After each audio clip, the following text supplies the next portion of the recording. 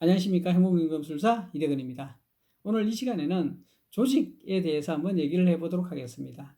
흔히 조직 구조나 조직 설계 이렇게 얘기가 되어지죠.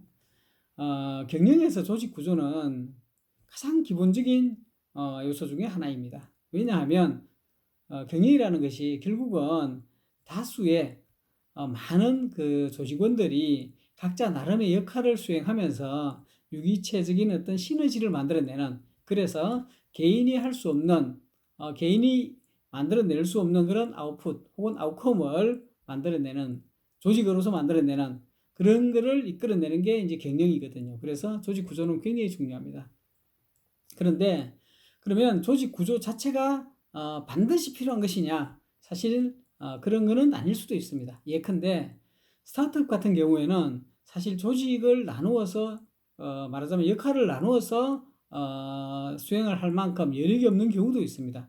초창기에 조직의 형태입니다. 그런 경우에는 각자 나름의 어떤 그 상황에 따라서 대응을 해 나갑니다. 그래서 어떤 경우에는 자기가 A라는 역할을 담당하지만 부득이 B나 C의 역할을 수행해야 될 때도 있고요. 또 어떤 경우에는 자기가 맡은 A 부문이 혼자서는 도저히 못할 것 같으면 B와 C와 같이 힘을 합쳐서 또 해야 될 수도 있습니다. 모든 역량이 부족하고 여력이 부족하고 어떤 다양한 이벤트들이 생길 때는, 이슈들이 있을 때는 결국 그렇게 대응해 나갈 수밖에 없는 것이죠. 이제 그렇게 보면 사실은 에자일이라든지 린스타트의 개념도 이런 그 스타트업의 구조와 아주 비슷할 수가 있습니다. 그래서 소위 말하면 요즘 그 인류 조직이 간혹 채택하는 셀 조직이라는 게 있습니다. 세포처럼 단위 세포에서 R&D에서부터 생산과 판매에 이르기까지 전 과정을 조직이 하는 게 아니라 그 셀에서 이제 하는 것이죠. 그래서 조직이라는 것이 각자 독립된 셀들의 모임이 이제 조직이 되는 그런 구조도 있습니다. 그런 것들이 어떻게 보면 가장 최근에 어떤 인류 조직의 조직 구조로 할 수 있습니다. 이렇게 보면 조직 구조 설계라는 것이 사실은 반드시 필요한 것은 아닐 수도 있습니다. 그럼에도 불구하고 대체적으로 조직 구조는 굉장히 중요한 부분입니다. 앞서 이야기한 대로 조직이라는 것이 다양한 역할들의 모임인데 그 다양한 역할들을 나누어서 각자 전담을 함으로써 그리고 상호작용을 해서 결국은 조직의 큰 어떤 그 결과물을 만들어내는 그런 것이 바로 이제 조직이 존재하는 이유이기 때문에 그렇습니다. 이런 그 조직들이, 조직 구조가 실제로 많은 경우에 실패를 합니다. 조직이 실패를 한다는 게 좀, 조직 구조가 실패를 한다는 게 조금 어폐는 있습니다만, 왜냐하면 조직이 현재 존재하고 계속 존재 기업으로서 조직이 존재한다는 의미는 결국 조직 구조 자체가 존재한다는 것이죠. 현재 상황에서. 그리고 그게 유효하고 또 생존이 되고 있다는 것을 의미하기 때문에 조직에서 실패를 한다는 것은 좀 뭐 이렇게 말이 모순이 있는 것 같지만 예컨대 원하는 수준의 그 성과가 달성되지 않고 오히려 역효과나 부작용을 초래하는 그런 경우가 바로 조직의 실패라고 얘기할 수가 있습니다. 그 대표적인 경우가 어떤 조직의 리더가 소위 말하면 최고 경영자가 부임을 해서 뭔가 높은 수준의 목표를 달성하기 위한 방안을 고민을 해봤더니 현재의 그런 방식을 좀 더 열심히 한다고 도저히 해결할 수가 없는 상황이라고 봤을 때, 그럴 때 조직 구조를 바꾸어서 뭔가 획기적인 어떤 수준의 그 개선을 해낼 수 있는 그런 거를 시도하는 그런 게 이제 어떻게 보면 뭐 혁신의 가장 기본적인 그 시작이죠. 그럴 때 처음에 구성하는 게 이제 조직을 바꾸는 조직 개편을 이제 하는 것입니다. 이렇게 보면 이제 조직 개편이라는 것이 사실은 이제 큰 목표를, 아주 높은 목표를 이제 지향하기 위해서 이제 만들어지는 것이다 보니 과거에 혹은 현재의 그 조직 구조를 부정하고 극복을 해야 됩니다. 그랬을 때 이제 그것이 기존의 현재의 그 수준을 유지하지 못하고 오히려 부작용이 나거나 역효과가 날 때 그게 이제 조직 개편이 실패했다 이렇게 이야기할 수가 있는 것이죠. 그런 경우가 대표적으로 한 두 가지 정도가 있습니다. 첫째가 뭐냐 그러면 위인설관입니다. 이런 경우에는 사실은 조직 개편의 취지나 의도 자체가 왜곡된 것이기 때문에 조직 개편을 했다고 할 수가 없는 것이죠. 그래서 이런 경우는 굳이 뭐 경영학이나 혹은 제가 얘기하는 통합 경영 이론에서 굳이 이야기할 필요가 사실 없습니다.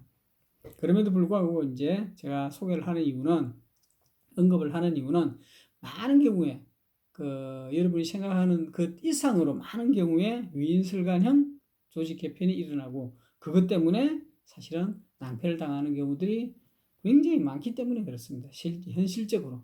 그러면 위인설관이라는 게 도대체 어떤 거냐? 우리가 흔히 얘기하는 코드가 맞는, 혹은 나하고 뜻이 잘 맞는, 혹은 서로 간에 이제 뭐 이런 지향점이 비슷한 어떤 사람들끼리 모여가지고 조직을 만들고 그런 사람들에게 중요한 어떤 그런 역할을 맡기는, 중요한 조직의 어떤 그런 이렇게 중앙 관리자를 임원을 맡기는 그런 경우들이 이제 위인설관이죠. 가장 대표적인 그런 경우가 보면 사실은 조직의 경영에서 가장 기본적인 것이 뜻이 맞고 코드가 맞고 서로 잘 통하는 사람끼리 그렇게 조직을 구성하는 게 뭐 다반사 아니냐, 그게 올바른 게 아니냐라고 말을 할 수가 있겠지만, 그것이 조직의 성공을 위한 하나의 수단으로서 그렇게 선택한 것이냐, 아니면 앞서 얘기한 대로 그냥 나하고 편한 사람, 내가 친한 사람, 뜻이 잘 맞는 사람들끼리 그냥 재밌게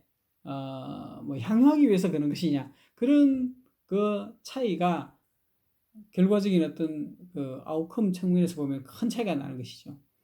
많은 경우에 사실은 위인설관을 의도적으로 하는 그런 최고 경영자는 사실은 많지 않은 것 같습니다. 그럼에도 불구하고 결과적으로 위인설관형 조직 설계가 되어지는 것은 참모가 있습니다. 핵심 참모가 그런 조직 설계를 할 때 몇몇 핵심 부서가 되겠죠. 핵심 부문이 되겠죠. 그런 쪽을 본인이 그곳에 가기 위해서 한다거나, 혹은 자기하고 친한 사람이 거기에 갈 수 있도록 하기 위해서 그런 조직을 만드는 게 이제 많은 경우가 그렇게 생깁니다.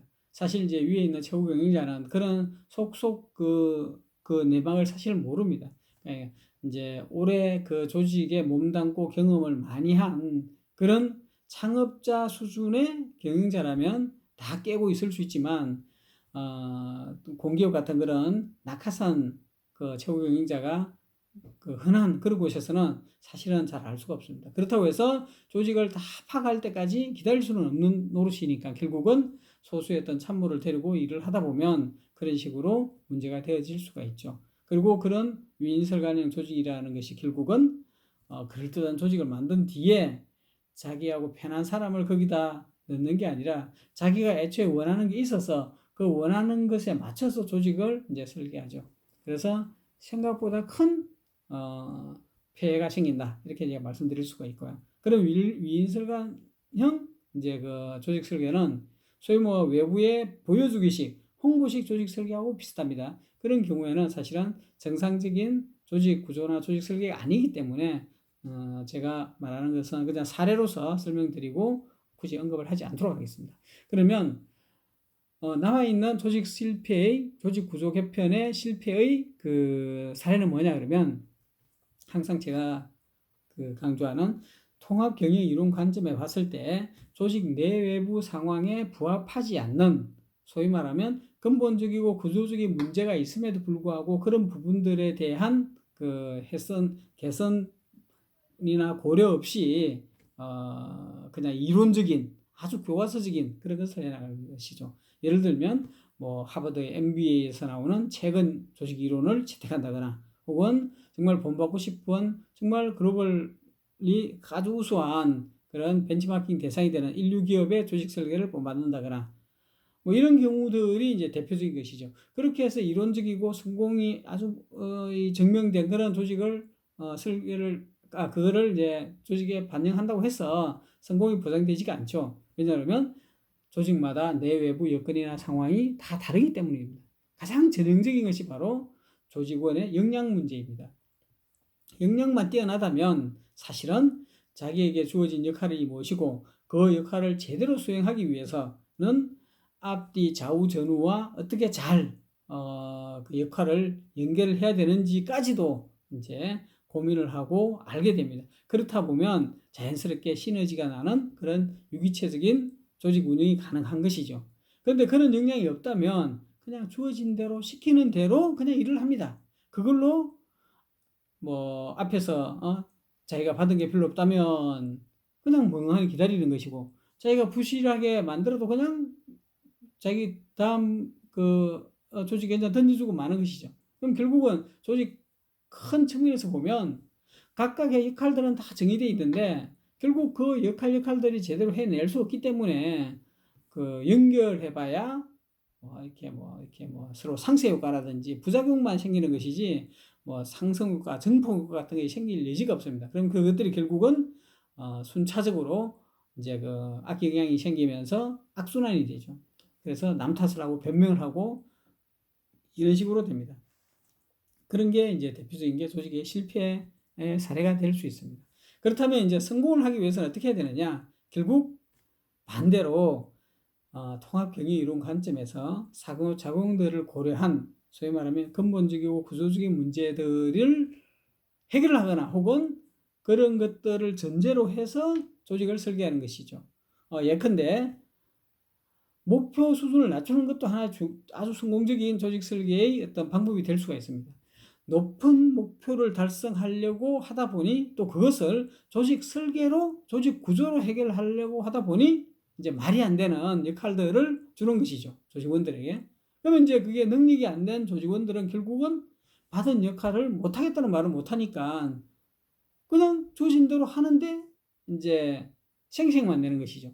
앞서 설명한 전형적인 아웃풋만 계획을 하고 그 계획대로 열심히 했다라고만 이야기하는 것이지 그것을 통해서 아웃컴, 그러니까 이루고자 하는 그게 제대로 지금 이루어지고 있나 없나에 대해서는 고민을 안 하고 굳이 보고도 안 하는 것이죠. 왜냐하면 그렇게 하면 자기 역할이 도저히 못 미치는 걸 알기 때문에 그런 조직에서는 역할 수준을 낮춰야 됩니다.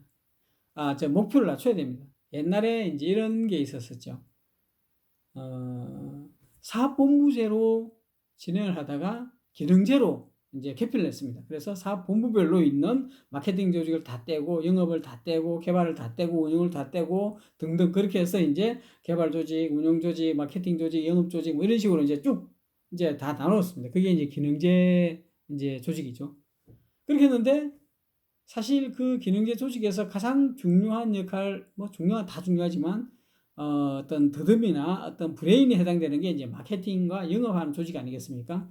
그래서 영업이 시장의 어떤 상황을 제대로 캐치하고 그런 것들에 대해서 제대로 잘 기획하고 분석하고 어떤 마케팅 전략에 그걸 반영해서 가치 제공을 계속적으로 업그레이드해 나가는 그런 구조가 바로 시작하는 데가 이제 영업과 마케팅 부분인데 거기에 대해서 이제 하라고 줬더니 이쪽 담당 본부장이 영업은 하겠는데 마케팅은 못 한다고 아예 공식적으로 선언을 해버리는 겁니다. 그럼 이게 이제 방법이 없는 것이죠. 왜냐? 일반적인 경우에는 그냥 그 본부장을 그냥 잘라버리면 됩니다. 그리고 사실은 일반적인 경우에는 그 본부장이 그렇게 이야기하지도 않죠. 왜? 그 정도는 할 수 있는 능력이 있는 본부장이기 때문에 그 본부를 맡게 되는 게 기본이 아니겠습니까? 근데 그러지 못한 조직에서 앞서 이야기한 대로 조직원의 수준이 떨어지는 상황에서 그런 그 역할을 과도하게 주고 만약에 그 역할이 목표 수준이 굉장히 높지 않고 낮았다면 예를 들면 현재 있는 기존 상품의 유지 측면에서 갈고 닦고 조이는 수준으로 마케팅을 하라라고 했으면 아마 그냥 했었을 겁니다. 근데 그게 아니라 기존 상품이 아니라 전혀 새로운 크리에이티브한 걸 하라고 이제 요구를 하면 그 본부장 입장에서는 이제 참 그걸 해내기가 어렵다는 걸 스스로 알지 않습니까? 그런 게 오히려 저는 그 본부장이 굉장히 현명하고 정직했다고 생각을 하는 것이죠. 만약에 제가 봤을 때 다른 본부장들도 사실 그 본부장만큼 뛰어나지도 않았습니다. 그럼에도 불구하고 다른 본부장 같은 경우에는 잘할 수 있다고 하고 제가 하겠습니다 하고 아마 막 이렇게 내지르는 그렇게 반응한 그렇게 대답을 한 본부장이 있을 수도 있다고 생각을 합니다. 그런 경우에는 조직이 더 어수선해지고 잘못된 수렁으로 더 빠지는 것이죠. 마치 늪에 들어가서 허우적거리면 더 빨리 이제 수렁에 이제 가라앉게 되지 않습니까? 그런 형국이 되는 것이죠.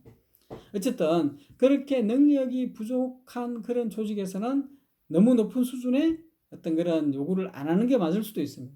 그렇다 그러면 조직 구조 개편 자체를 안 하는 게 더 맞을 수도 있죠. 처음부터. 이제 그런 것들이 바로 현명한 지혜로운 경영자의 어떤 경영이고 통합 경영 이론 관점에서 그 상황을 본 그런 판단, 결정이 되겠습니다.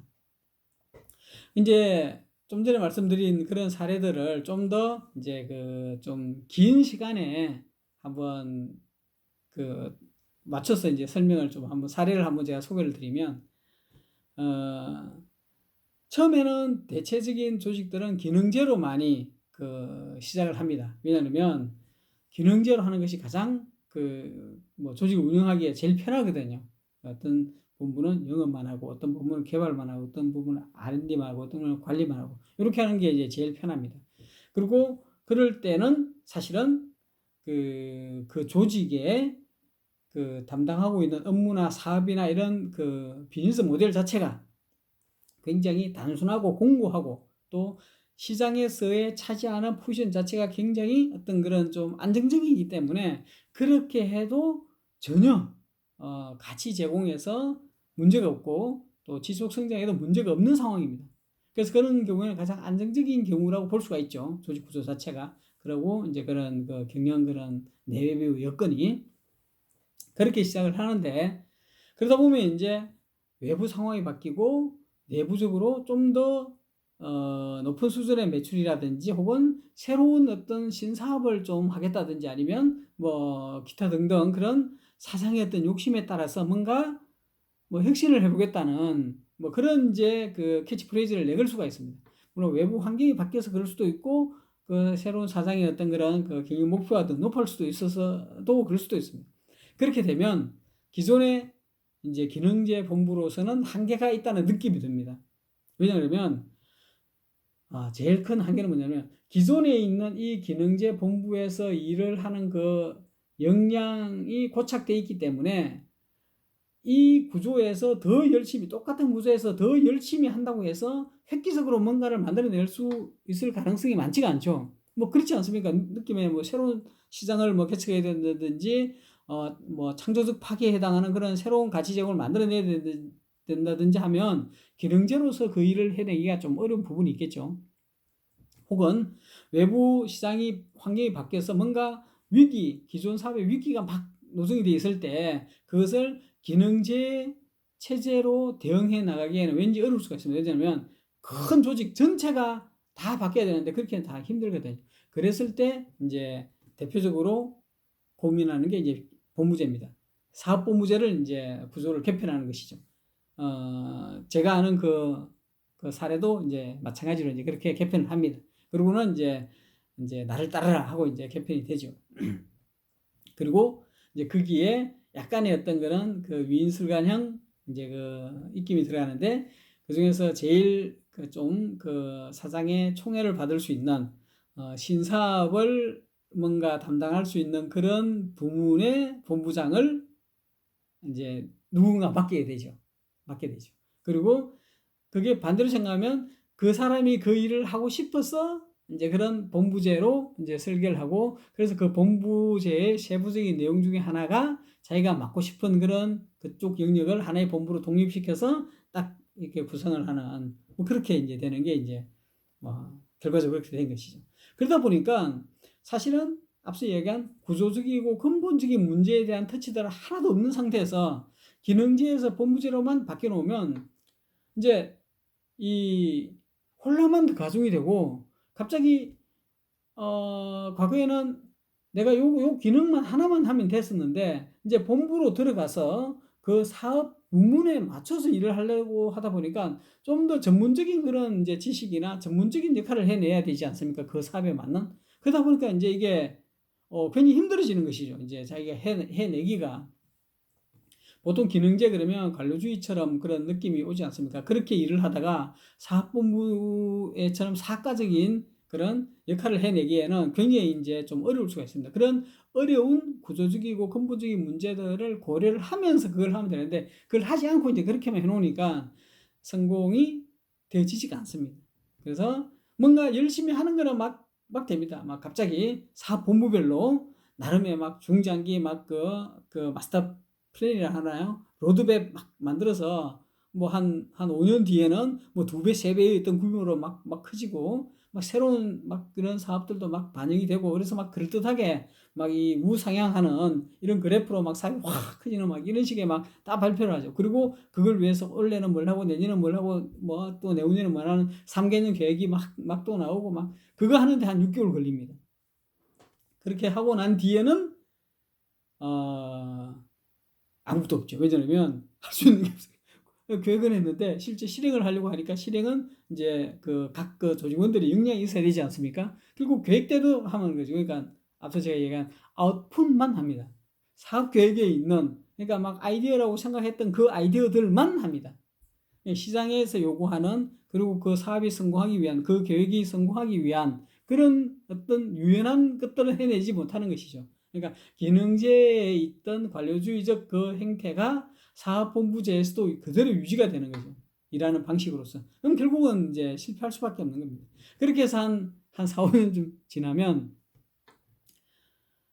그리고 이제 새로운 사장이 와서 야 도대체 왜 이러는 거야 그러면 이게 이 역량이 너무 부족합니다. 역량이 부족한 상태에서 각 사업 본부별로 나누어서 그 핵심 역량들을 그 부족한 핵심 역량들을 나누어 주다 보니 결국 아무것도 안 됩니다. 이제 이렇게 현상 진단을 하죠.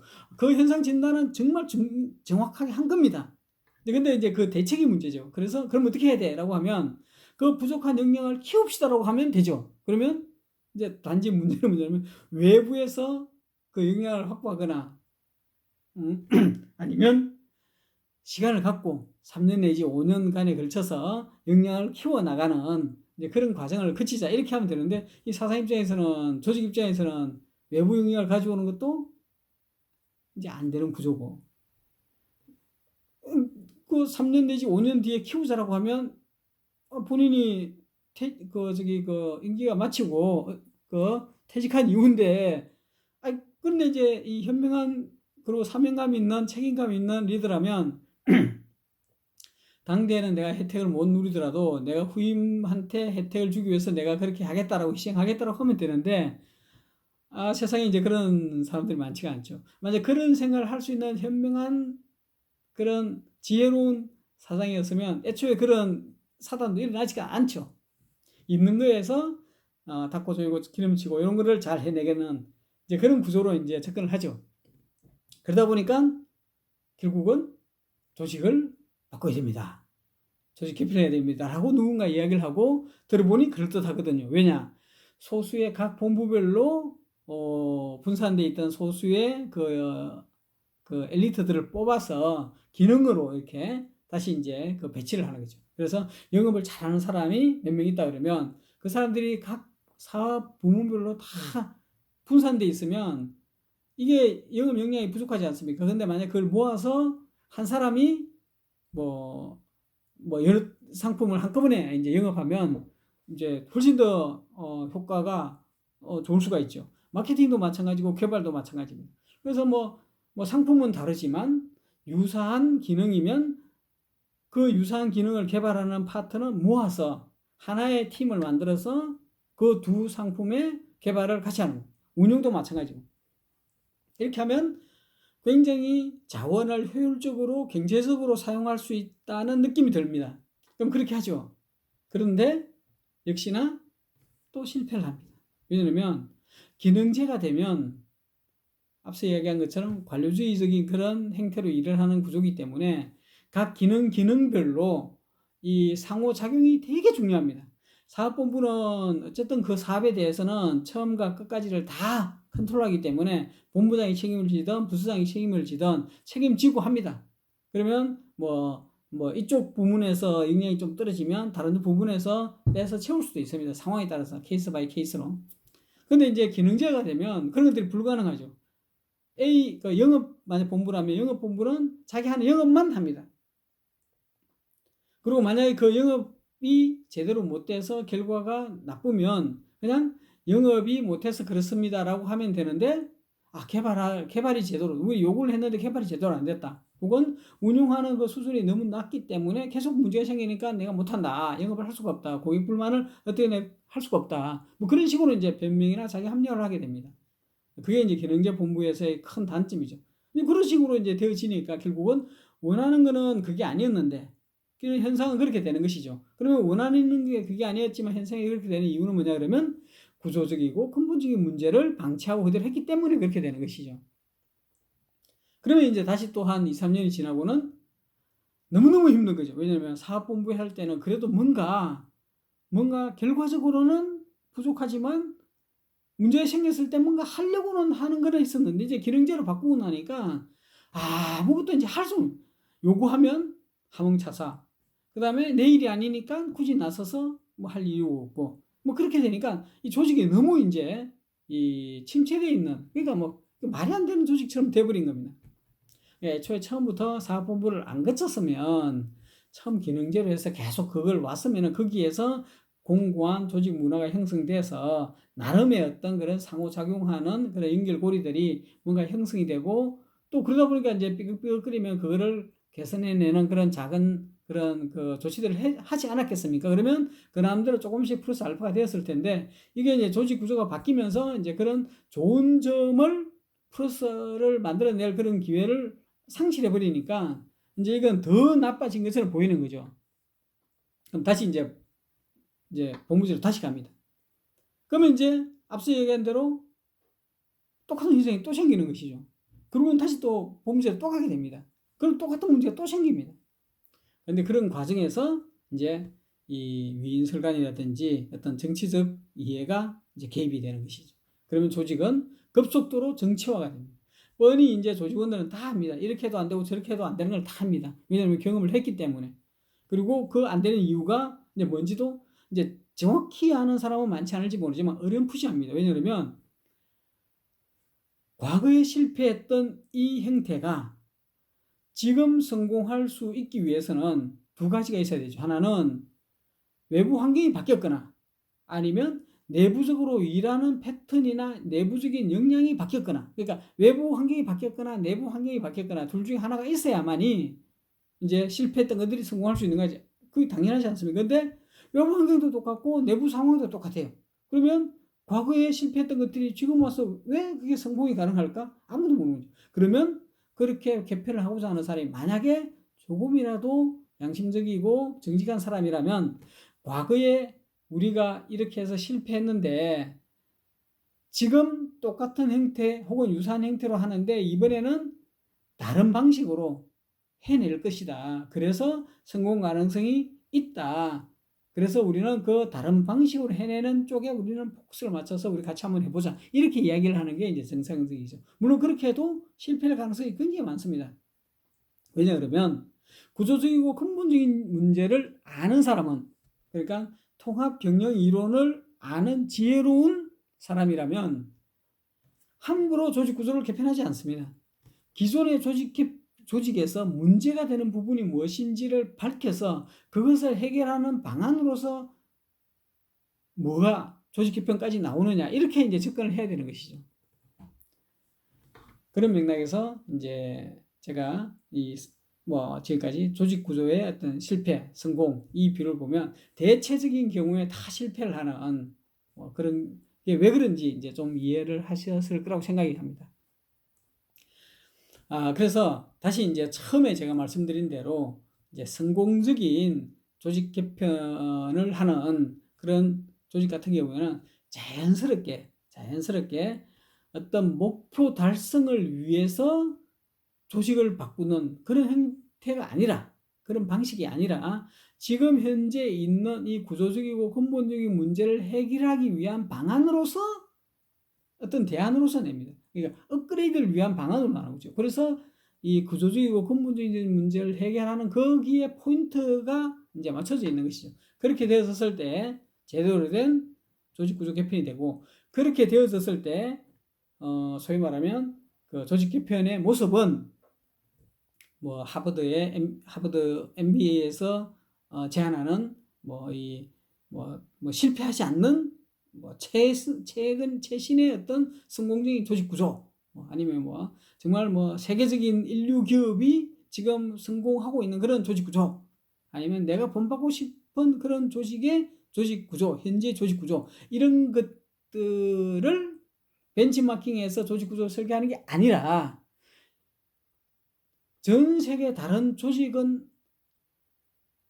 조직에서는 아무런 사례가 없더라도 현재 내가 하고 있는 이 조직 구조의 문제를 조금이라도 해결하기 위한 방안으로서, 그런 노력의 일환으로서 제안하고 제시되는 어떤 새로운 모습, 이제 그것이 이제 인류 기업의 조직 구조 개편이 되는 것이고, 그것들이 정말 큰 대박이 나는 그런 그 경영 성과로 결과되어지면 그게 이제 하버드 MBA 같은 데서 나와서 사례를 분석해서 이래서 이렇게 해서 그래서 이 회사처럼 조직 구조를 이렇게 만들어 나가면 됩니다라고 해서 이제 따끈따끈한 뭐 성공적인 조직 구조로 해서 아주 이게 그 모델이 되는, 그렇게 나오는 것이죠. 그러면 그것을 전 세계 많은 그 MBA를 좀 관심 있어 하는 그런 경영자나 참모들이 그걸 보고 그걸 벤치마킹해서 이제 그 수용을 합니다. 그러면 이제 그 조직들은 다 실패를 하죠.